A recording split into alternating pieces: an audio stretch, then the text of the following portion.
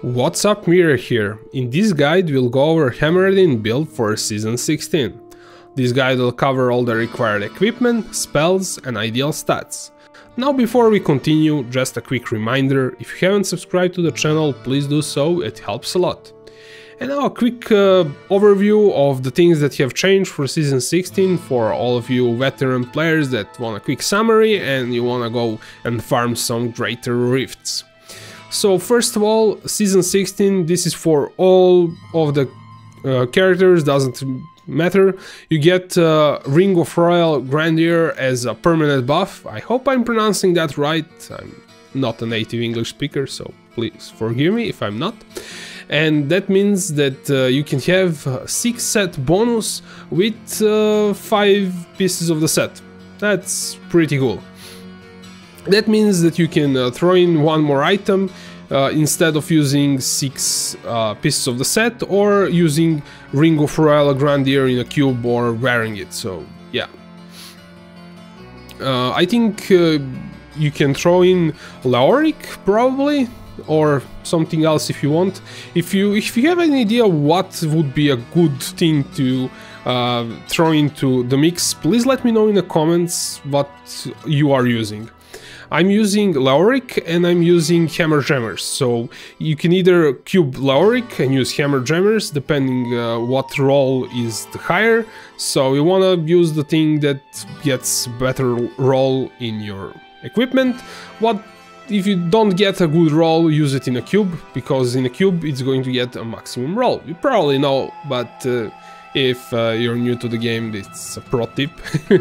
And the other thing is Seeker of the Light got a pretty significant buff.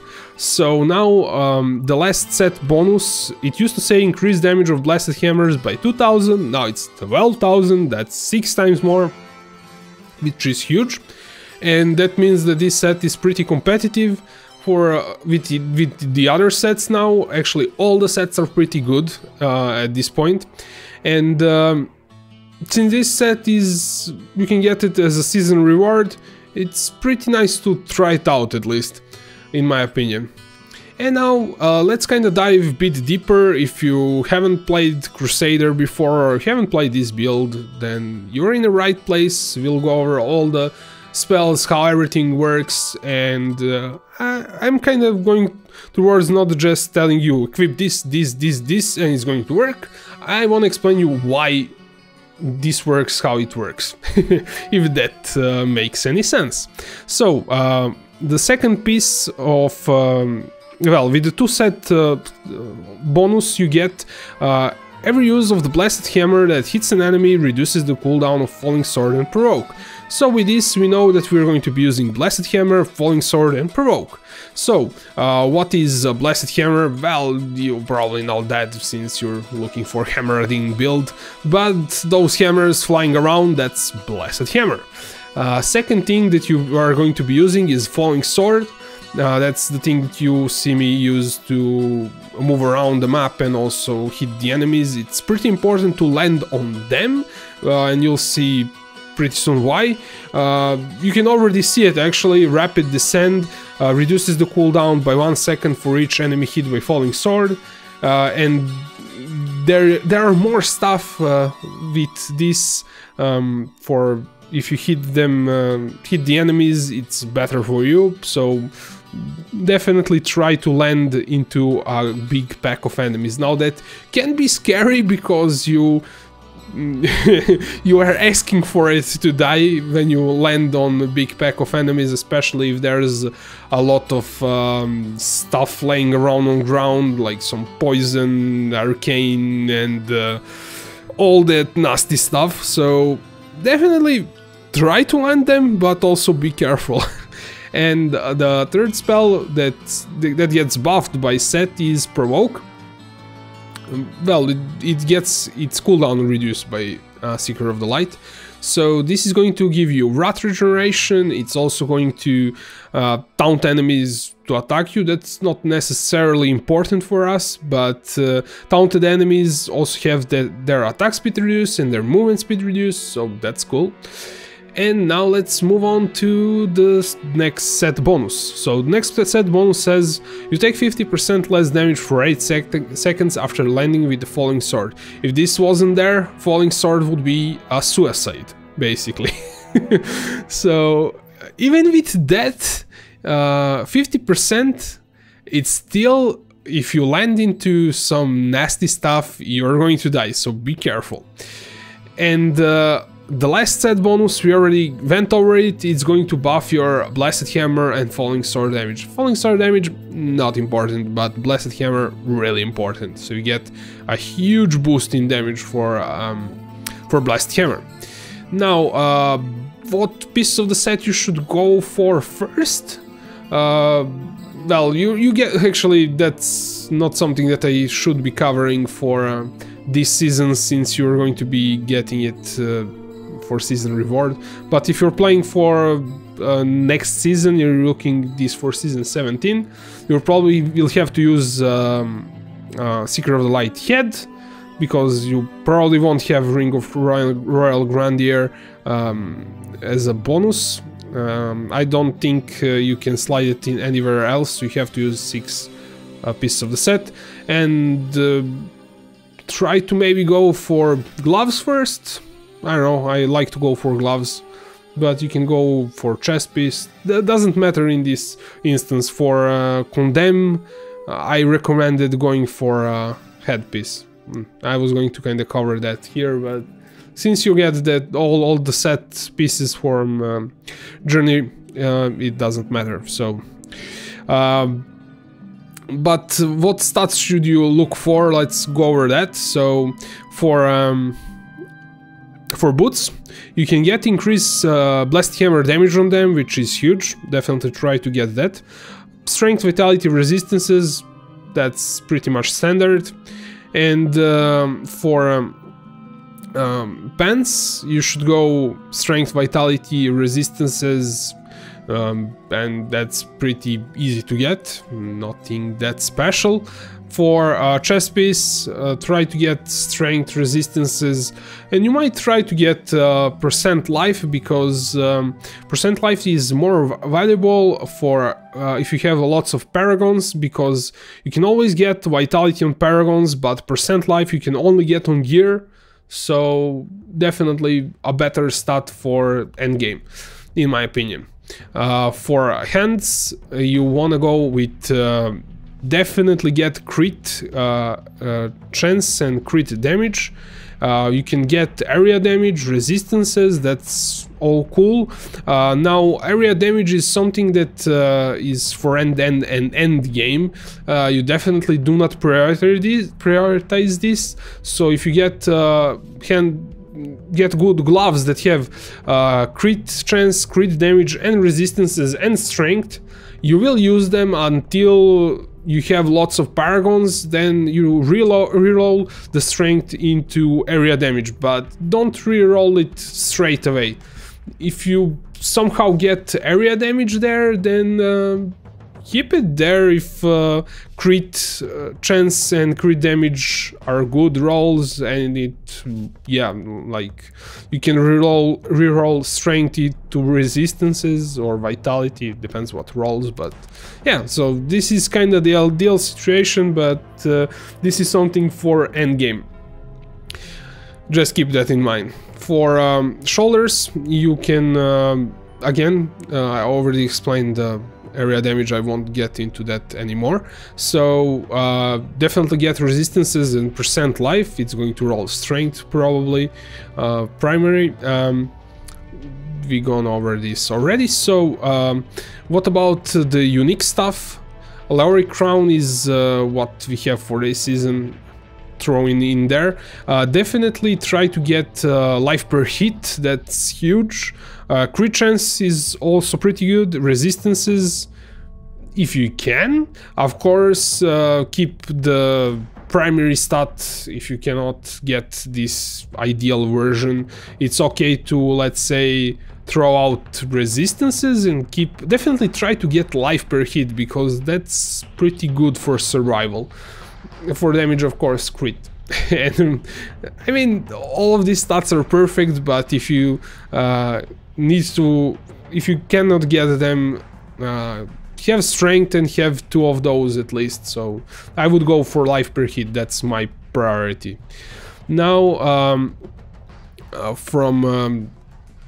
let's go over first non-set. So this compact rose and this is also a set thing, but this belt, why are we using this? Well, Judgment gains the effect of Deliverance rune and it's cast at your landing location when casting Falling Sword. And this is the thing that's going to give us an immobilizing effect. If you've been wondering where you're getting the immobilizing effect, you get it from Judgment that gets cast when you cast a Falling Sword. So yeah, that's kind of what that is. And this is for hammer jammers, so you have to have this belt and hammer jammers for this to work. So enemies take increased damage if you immobilize them. If you're not immobilizing them, then no go there. So this belt and hammer jammers go together. If you don't have one of those, it doesn't work. Next thing is I have almost always, when I'm playing solo, I like to have Unity, and this build is pretty suicidal if you don't have Unity, in my opinion. If you're playing in a group, of course, Unity will be useless, so maybe go for Convention of Elements then. That's my recommendation, but if you're playing solo, go for Unity. For Bracer, we have this is pretty important for the build. You kind of cannot play it without this. So these bracers are going to give you, when your blessed hammer hits 3 or fewer enemies, 100 of its wrath cost is refunded, so basically won't be wasting wrath. That means you can sustain your blessed hammers, so you can spam them. For stats, you definitely try to get holy, damage, strength, crit, life per hit, but if you cannot get all of them, just don't stress about it, anything will work. Life per hit is, for this build, in my opinion, pretty important for survival, so if you're dying a lot, try to get life per hit on some of your gear. However, if you don't have problems with surviving, then go for the damage dealing stats like holy damage and crit. So that's the priority. It really depends on situation. And now the other set, we'll get to the weapons last, I guess.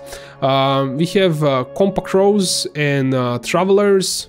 So how does this work? If you have 2 of them equipped, while moving, damage taken is reduced by 50%, while standing still, the damage dealt is increased by 100%. So this is pretty good for us, since either one of those buff is pretty nice for us. Like the travelers is pretty nice. This item used to be such a useless item before, but at some point it got this buff, I guess, and now it's pretty good. And now for the weapons. You wanna use this flail. Without these, blessed hammers feel really lackluster, so I don't think you can throw any other weapon in there. You cannot use what we have cubed, so you cannot swap this around, use Faithful Memory. You have to use this flail. So this is going to increase attack speed and damage of blessed hammers by 100%. So this is huge. So definitely be on the lookout for this thing. It's a high priority to get. You want to socket green for crit damage. That's pretty much standard for almost all the builds nowadays. Maybe for thorns, not maybe, but for thorns you socket something else, but for everything else you almost always socket crit damage, because that's a pretty heavy boost there. For stats, you want to look for life per hit again. Strength is nice. If you can get increased damage, that's really nice. But look for the flail that rolled pretty nice damage, and look to get on it life per hit. For a shield, you can kind of swap this around. Well, actually no, that's for the other build. Sorry about this, these guys. I was thinking about something else. You're using this shield, so yeah. This shield is going to give you Blasted Hammer damage is increased by 250 for first 3 enemies it hits. That's a nice boost there, and you want to look for increased Blasted Hammer damage on it if you can. First of all, look for the secondary stat that increase damage is that 250. Is it 250 or is less? So that's pretty important to get first, then look for the stats, for the primary stats then. So yeah, but if it rolls good primary stats, don't throw it away. So for the primary stats, strength, crit chance, Blasted Hammer damage, and if you can, it's not a high priority, in chance to deal area damage, throw that in there. So yeah, I didn't say much about unity, about stats. So crit chance, crit damage, increased damage against elites. And did I say anything about this? I don't think I did say anything about the stats. I just covered what it does. So yeah, for stats on rings, you can get life per hit. For this one, it's pretty hard to roll all of these stats because it has to roll pretty perfect, so you can reroll movement speed. So yeah, try it, but don't get discouraged if you don't get everything. Life per hit is big priority, at least until you have a decent amount of it. If you're not dying, then it's okay, get crit damage, crit chance. But if you keep dying, look for life per hit. Here, you wanna go holy, crit chance, crit damage. Here, the most important thing to get is crit damage. And then crit chance, and then holy damage, in that order. So crit damage is really important to have on amulet. And also let's go over all the what gems you'll be socketing into this. So for this, you already see that I have resist socketed. That's almost default for all the builds, but for the gems that drop from Great Rifts, you want a Bane of Stricken. This is a pretty default for pushing higher Great Rifts. Each attack you make against an enemy increases the damage it takes from your attacks. It also increases the damage against bosses and Rift Guardians. Without this, you are going to have a hard time killing Rift Guardians, so definitely have that. If you're running some speed variant of the build, then you might throw some other one, because you won't be needing that much time to kill the Rift Guardians and all the other stuff. But for the next one, we have Bane of the Trapped. This has been also kind of default, I guess. It increases the damage against enemies under effect of control impairing effect by amount, and also gives you an aura that it reduces the movement speed of enemies. So it basically works by itself. You don't have to slow them yourself, though we are with provoke, so even if that wasn't the case, it would still work. And for a last one, we have swiftness.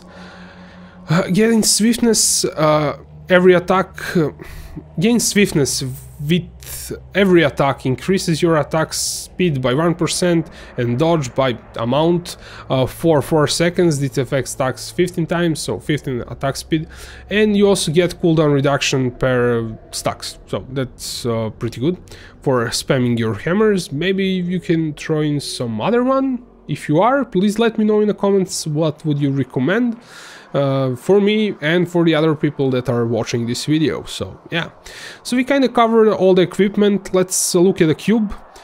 Faithful Memory, this is a must. So every enemy hit by your falling sword increases the damage of Blasted Hammer by 80% since it's cubed for 10 seconds, max 10 stacks, so 80 by 10, 800%, which is pretty huge. So without Faithful Memory, this is going to be bit lackluster, so prioritize getting one for a cube.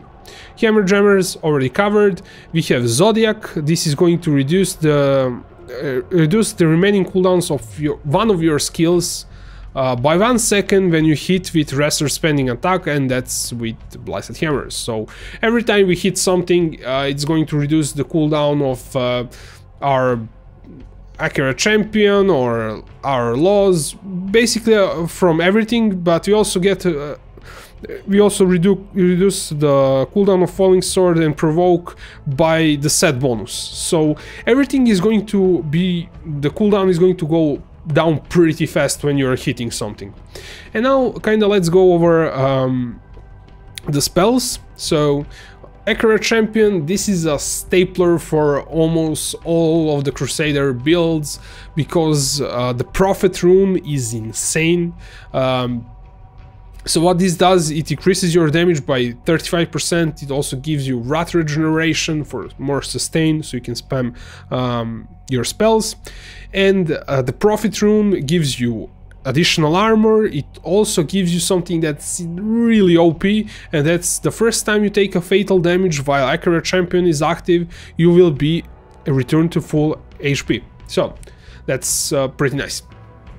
Now this only works for Prophet. If you have some other rune, you won't get that the first time you take a fatal damage. That's a huge mistake for new players, I think. You think the forum gives you that, you may be watching some build and wanna try, let me try out Rally for instance, or some other rune, and then you die.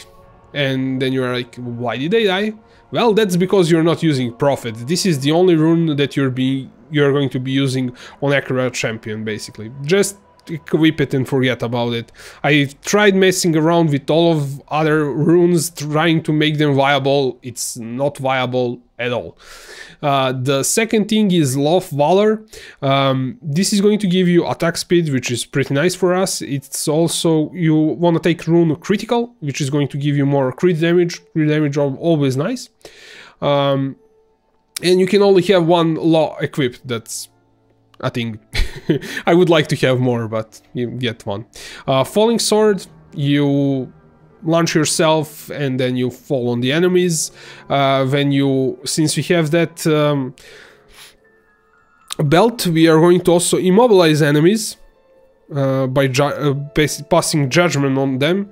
So that's kind of more, you get more survival that way, and Hammer Jammers work in conjunction with that.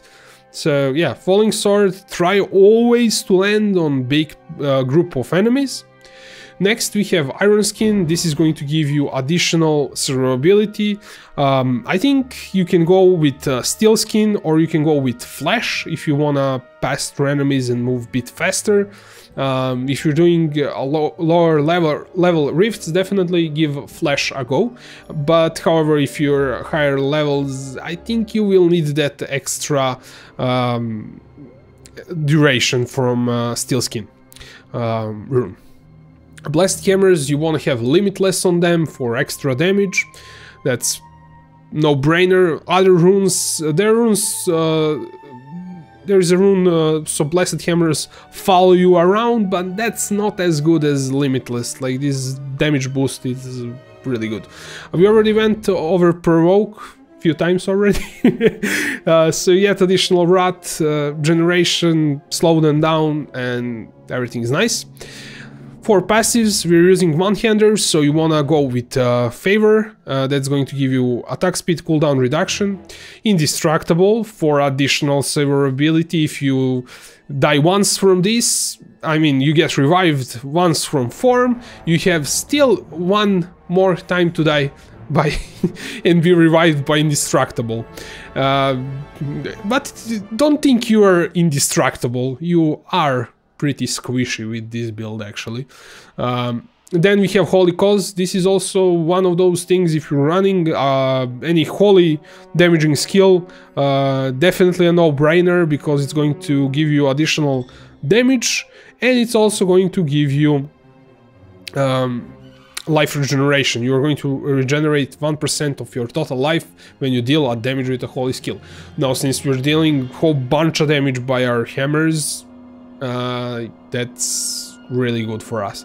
And then we have finery. Now, in my other build guides, I already said, like, this is the thing that you put and forget. This thing is really insanely powerful. It's going to give you a percentile boost on your strength for every gem socketed in your gear. So if you want to count all the gems that you have socketed, multiply that, and then if you have a whole bunch of paragon points with strength, the more paragon points you get, the more OP this thing gets. So that's...